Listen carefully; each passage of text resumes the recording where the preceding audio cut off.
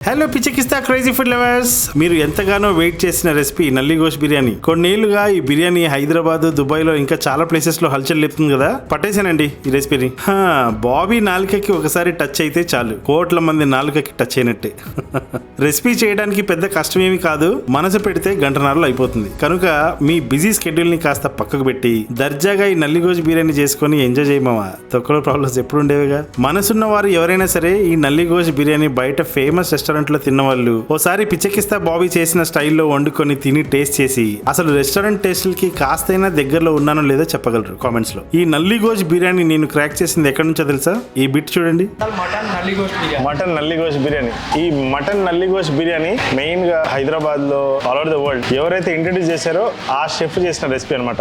అసలైన నల్లి గోష్ బిర్యానీ నేను టేస్ట్ చేయబోతున్నాను. ఎస్, టేస్ట్ చేసి రెసిపీని క్రాక్ చేసే ఏకైక యూట్యూబర్ ఈ పిచ్చకిస్తా బాబీ. ఇప్పటికే కనీసం 200 ఆథెంటిక్ రెసిపీస్ పైగా క్రాక్ చేశాను. అన్ని మన ఛానల్లో ఉన్నాయి, చూసేయండి. స్లో మోషన్ లో చూపిద్దాం అనుకున్నా కానీ అదే పడిపోయింది. ముచ్చటగా మూడోసారి కరెక్షన్స్ తో మీ ముందుకు తెచ్చాను. నేను చేసిన మటన్ బిర్యానీలోకెల్లా ఇది అసలు వేరే లెవెల్ అండి. అండ్ నేను ఈ రెసిపీ స్టార్టింగ్ మటన్ తెచ్చే దగ్గర నుంచి ఎండింగ్ తినే వరకు వ్లాగ్ చేశాను. బాబీ వేరే లెవెల్ ఛానల్లో ఉంది, చూసేయండి. ఈ నల్లి గోష్ బిర్యానీకి ఫ్రంట్ లెగ్స్ కట్ చేయించాలి. 2 నల్లీలు విత్ గోష్ తీసుకున్నాను. గోష్ అంటే తెలీదా? మాంసం అండి. నల్లి జాయింట్ తో పాటు ఇక్కడ వరకు తీసుకోవాలి. ఇక్కడ నుంచి ఇక్కడికి మాత్రమే నల్లి బిర్యానీకి వాడతారు. ఈ మిగతాది పలుచది బిర్యానీలో వాడే కీమకు సరిపోతుంది. నేను టోటల్ గా 2 నల్లీలు తీసుకున్నాను. దాని వెంట మాంసంతో నాకు ఆల్మోస్ట్ 1.5 kg వచ్చింది. అంత అవసరమా బాబీ గారు అనేగా మీ డౌట్? అంత అవసరం లేదండి, కేజీ తీసుకుంటే చాలు. కానీ నేను మటన్ గీ రోస్ట్ కి ఒక 500 grams ఎక్కువ తీసుకున్నాను. అది కూడా చేస్తున్నాను రెసిపీ. ఇటు చూడండి, ఇంత పీస్ కట్ చేయించాలి. ఇది యాజ్ ఇట్ ఈజ్ అలాగే ఉంచేయాలి, మరి చిన్నగా కొట్టించకూడదు. 2 అలాగే యాజ్ ఇట్ ఈస్ ఉంచేయండి. సో జాయింట్ తీసుకున్నాం కాబట్టి అందులో ఇంకా 4 నల్లి ఎముకలు వస్తాయి. అవి సపరేట్ కొట్టించండి. ఇలాగే నల్లి ఎముకలు, నల్లి గోష్లు 2, బోన్లెస్ మటన్ సపరేట్ గా ప్యాక్ చేయించాను. టోటల్ చూసారా 1.5 kg ఉంది. నల్లీలు అంటే ఇవేనండి. నా ఫ్రెండ్ ఒక అమ్మాయి నిన్ను అడిగింది, బాబీ నాకు మటన్ అంటే ఇష్టం ఉండదు, చికెన్ కి నల్లి ఉంటుందా అని. అప్పుడు నా ఎక్స్ప్రెషన్ ఇది, చికెన్ కి నల్లినా నాయమ్మనే నా తల్లే. అందుకే చిన్నప్పుడు స్కూల్కి వెళ్ళమనేది. సో నేను 1 kg మటన్ గీ రోస్ట్ కి తీసి పక్క పెట్టేశాను. అలాగే ఒక 100 grams బోన్లెస్ కూడా పక్కకు పెట్టాను. ఎందుకో చెప్తాను. ఈ పలుచటి బోన్లెస్ మటన్ ని కీమా కొట్టించేయండి. కీమా, కైమా, వాట్ ఎవర్. ఇది మాత్రం మనం కీమా ఉండలకి ఎలా కట్ చేస్తామో అలా మరీ చిన్నగా కొట్టకూడదు, కాస్త దొడ్డుబొడ్డుగా ఉండాలి.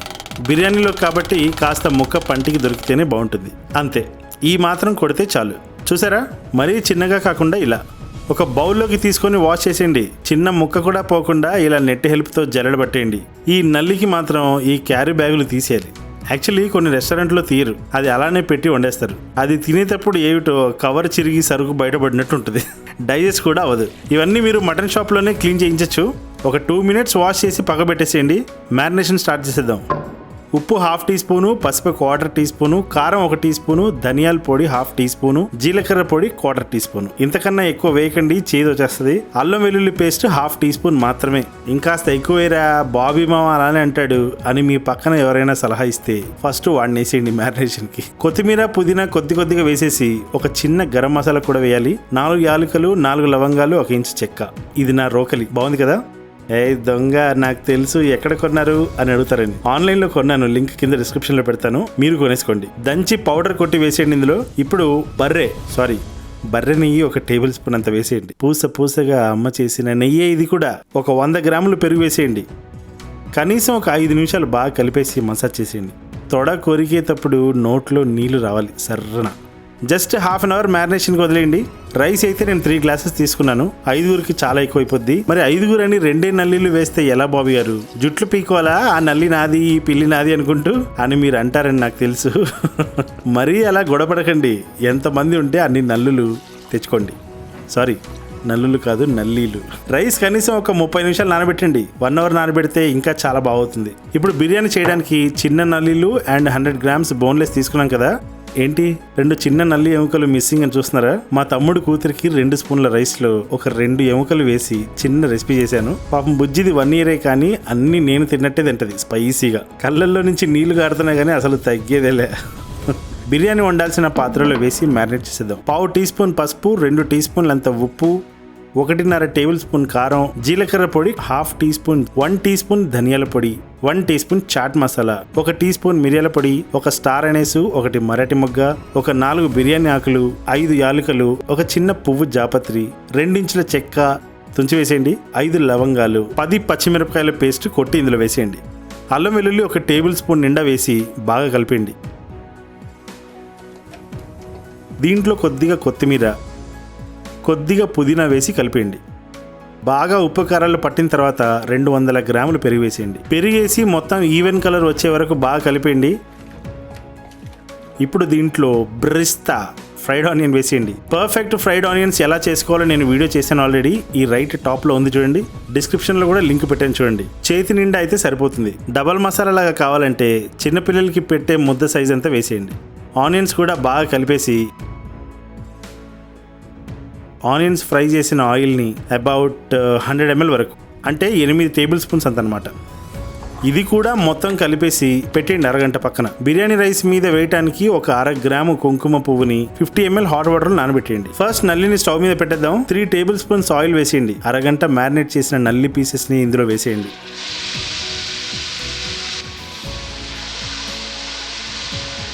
మసాలా మొత్తం కూడా ఇందులోనే వేసేసి ఒక 3-4 నిమిషాలు ఫ్రై చేయండి. పచ్చి స్మెల్ ఏమి ఉండదు, ఎందుకంటే మసాలాలు పట్టించాం కాబట్టి. ఫ్రై అయ్యాక సిమ్లో పెట్టి ఈ బౌల్కి అంటుకున్న మ్యారినేషన్ మసాలా ఉంది కదా, 100 ml వాటర్ పోసి కడిగి ఇందులో వేసేయండి.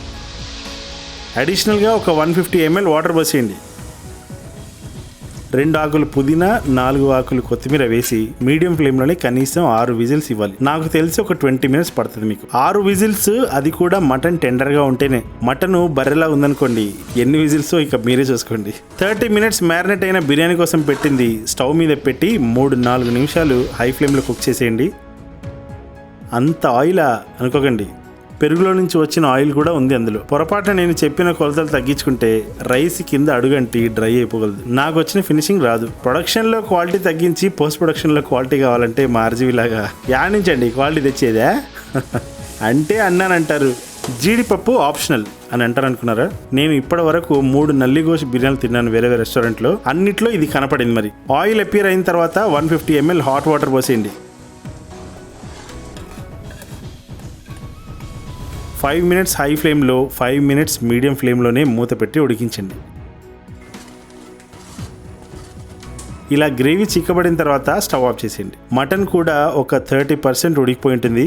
అంతకన్నా ఎక్కువ ఉడకకూడదు. కీమా కదా, కనిపించకుండా పోతుంది. అందుకే ఇప్పుడు రైస్ చేసేద్దాం. 3 గ్లాసెస్ రైస్కి 2 లీటర్స్ వాటర్లో 5 టీ స్పూన్స్ అంత సాల్ట్ వేసేయండి. వాటర్ డ్రైన్ చేస్తారు కాబట్టి ఎంత కావాలో అంతే పడుతుంది రైస్కి సాల్ట్. దీంట్లోనే 2 అనాస పువ్వులు, 5 యాలకులు, 2 ఇంచుల చెక్క, 5 లవంగాలు, చిన్న జాపత్రి పువ్వు, షాజీరా 1 టీ స్పూన్ అంత, బిర్యానీ ఆకులు 2, కొంచెం పుదీనా, కొంచెం కొత్తిమీర, 3 టేబుల్ స్పూన్స్ అంత ఆయిల్, 5 పచ్చిమిరపకాయలు 1 సైడ్ ఘాటు పెట్టినవి వేసేయండి. మూత పెట్టి బాగా మరగనివ్వండి. బాగా మరిగిన తర్వాత ఈ మీదకి తేలేటివి ఏ ఉన్నా సరే జల్లెడ పెట్టి పాడేయండి. అది అక్కర్లేదు. దాంట్లోకి రావాల్సిన సారం మొత్తం వచ్చేస్తుంది. మరి గంట నానబెట్టిన రైస్ ని వేస్తున్నాను ఇప్పుడు. దీంట్లో మధ్య మధ్యలో కలుపుతూ ఉండండి, ఎందుకంటే ఆయిల్ సరిగ్గా కలిసి రైస్ అతుక్కోకుండా అవుతుంది.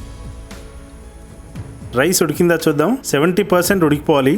Yes, perfect. ఇప్పుడు మొత్తం వాటర్ని డ్రైన్ చేసేసి ఒక 2 minutes అలానే వదిలేసి రైస్ని మాత్రం ఇందాక కుక్ చేసిన దాంట్లో లూజ్గా వేసేయండి. ఒకే చోట కుప్ప వేయకుండా, ఎందుకంటే ప్రెషర్ పడి కింద అడుగంటే అవకాశం ఉంటుంది కనుక. రైస్ని మొత్తం స్ప్రెడ్ చేసి ఇందాక పెట్టుకున్న కుంకుమ పువ్వు వాటర్ని ఇందులో వేసేయండి. జస్ట్ ఒక 40 ml అంత పక్కకు తీసి. 40 ml ఎందుకో చెప్తాను. కొత్తిమీర, పుదీనా మీద నుంచి చాలా కొద్దిగా వేసేయండి. స్మెల్ డామినేట్ చేస్తుంది మళ్ళీ ఎక్కువ వేస్తే. ఇప్పుడు నల్లి గోషు 90% ఉడికిందా చూద్దాం.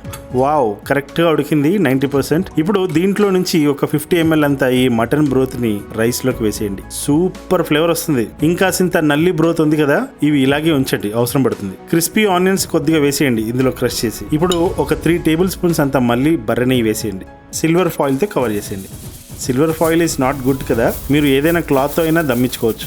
స్టవ్ మీద పెన్నం పెట్టి 3 నిమిషాలు హై ఫ్లేమ్లో, 20 నిమిషాలు లో ఫ్లేమ్లో పెట్టేయండి. అంతే, సైమల్టేనియస్గా నల్లి గోష్ రెడీ చేసుకుందాం. ఇంకా ఉంది. ఒక కడాయిలో, రెస్టారెంట్లో అయితే ఇలా చైనా ఓక్ తీసుకుంటారు, మీరు కడాయి అయినా తీసుకోవచ్చు, అదే మూకుడు. ఆ ఎఫెక్ట్ ఇవ్వడానికి మీకు ఇలా చూపిస్తున్నాను అంతే. ఒక 4 టేబుల్ స్పూన్స్ అంత ఆయిల్ వేసి అది హీట్ అయ్యాక జస్ట్ నల్లిలు తీసి ఆయిల్లో వేసేయండి.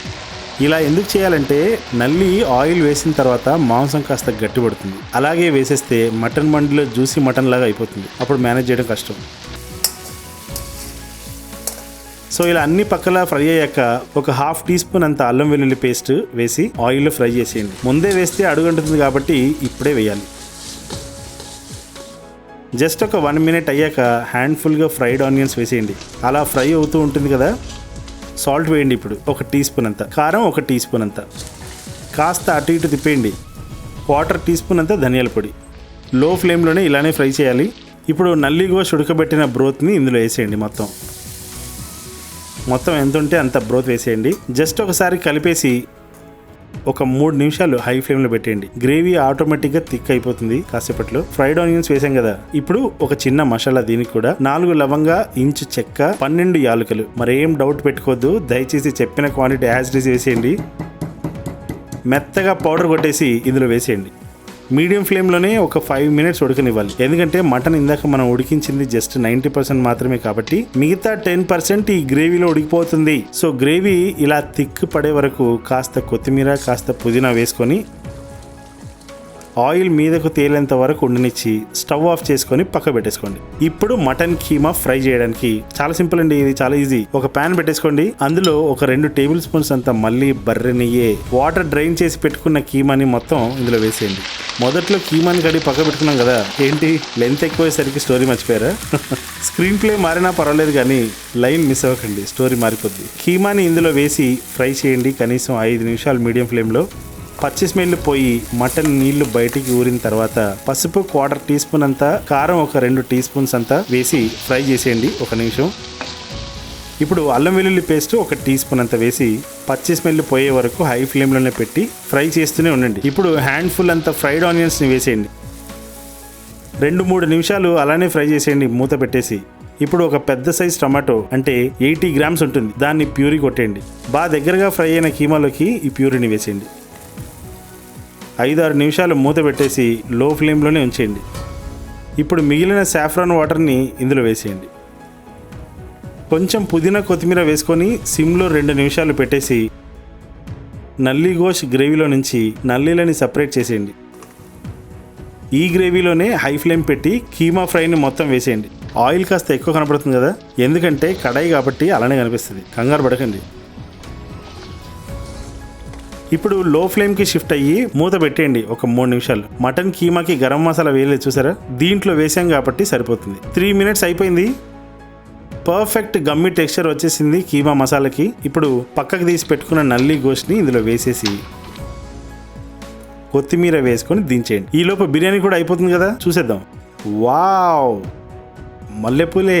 జనరల్గా రెస్టారెంట్లో ఇలా ఎంత ఫ్లేవర్ఫుల్గా ఉండదు రైస్, చాలా ప్లెయిన్గా వైట్ రైస్లా ఉంటుంది. నేను చాలా చూశాను. నేను మీకు కస్టమైజ్డ్ చేశాను మీ నోటికి బాగా రుచిగా తగలడానికి. ఇలా రెస్టారెంట్ వాళ్ళు చేస్తే తడ అరిపోద్ది కాబట్టి పాపం ఇంత రిస్క్ చేయలేరు. Any doubts? నో డౌట్ మీకు ఇలాంటి బిర్యానీ ఏ రెస్టారెంట్లో దొరకదు, కావాలంటే చేసుకొని చూడండి. బిర్యానీలో నల్లిగోష్ పీసెస్ పెట్టేసి మీద నుంచి కీమా వేస్తారండి. ఆహాహాహా, ఇంత చిన్న రెసిపీ ఇన్నాళ్ళు మన ఇంట్లో చేసుకోకుండా వదిలేసామా అనిపిస్తుంది కదా. అసలు యూట్యూబ్ లో ఎక్కడా లేదండి ఈ రెసిపీ, ఫస్ట్ టైం మనమే చేసాము. ఎందుకంటే దీని ప్రాసెస్ తెలుసుకోవడం కంటే కూడా దీని ప్రాసెస్ షూట్ చేయాలంటేనే చుక్కలు కనిపిస్తాయి. మటన్ గీ రోస్ట్ కూడా చేశాను మీకోసం, ఆ రెసిపీ లింక్ ఈ వీడియో చివరిలో ఉంటుంది, చూసేయండి. నేను ఇలా మీ ఎదురుగా తింటూ ఊరించడం అంత బాగా అనిపించడం లేదు నాకు. గైస్ ఎలా ఉంది, పిచ్చి ఎక్కిందా లేదా? గల్లీ గల్లీలో నా ఈ నల్లి గోష్ బిర్యానీని అందరూ చేసుకోవాలని ఎవరైనా అడిగితే ఎవరు చేశారక్క అని ఈ పిచ్చెక్కిస్తా పిచ్చి బాబీ గురించి చెప్పడం మర్చిపోకండి. ఈ రెసిపీ నచ్చితే లైక్ ఇప్పుడే కొట్టేసి సబ్స్క్రైబ్ చేసుకోవడం మాత్రం మర్చిపోకండి. ఎంత కష్టమైనా ఎలాంటి రెసిపీస్ అయినా మీకోసం ఇలాంటి ఎన్నో సీక్రెట్ రెసిపీస్ చేస్తూనే ఉంటాను. ఒక మంచి పిక్ తీసి ఇన్స్టాగ్రామ్ లో పిచ్చెక్కిస్తా బాబీని ట్యాగ్ చేసి పోస్ట్ చేసేయండి. అలానే నేను రెస్టారెంట్ లో రివ్యూ ఇచ్చే ఛానల్ ఇంకోటి ఉంది, బాబీ వేరే లెవెల్, దాని పేరు. మర్చిపోకండి సబ్స్క్రైబ్ చేసుకోవడం. రెసిపీ పెద్దగా ఉందని కంగారు పడకండి, ఓపికతో చేస్తే చాలా ఈజీ. రిలేటివ్స్ ఎప్పుడైనా వచ్చినప్పుడు చేసి ఇంప్రెస్ చేయొచ్చు. రిలేటివ్సే కాదు, గర్ల్ ఫ్రెండ్ వచ్చినా ఇంప్రెస్ చేయొచ్చు. అండ్ ఇలాంటి పాట కూడా పాడొచ్చు.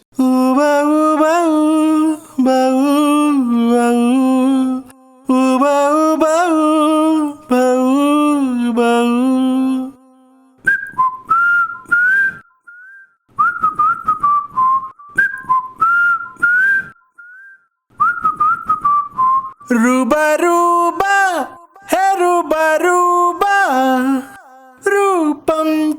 చూస్తే హాయ్ హాయ్ రబ్బా తోబా తోబా హే తోబా తోబా తూ హై మేరీ మెహబూబా అయ్యయ్యో ఏ మాయో నీ వెంట తరుముతోంది ఉన్నట్టుండి నన్నేదో ఊపేస్తోందే సంతోషంలో ఈ నిమిషం పిచ్చెక్కినట్టుగుందే రూబా రూబా రూ రూబా రూబా హే రూబా రూబా రూపం చూస్తే హాయ్ హరబా తోబా తోబా హే తోబా తోబా తూ హై మేరీ మెహబూబా I really love you all. ఉంటాను సార్, బాయ్. ఓ ఈ ఆనందంలో సదా ఉండాలనుందే.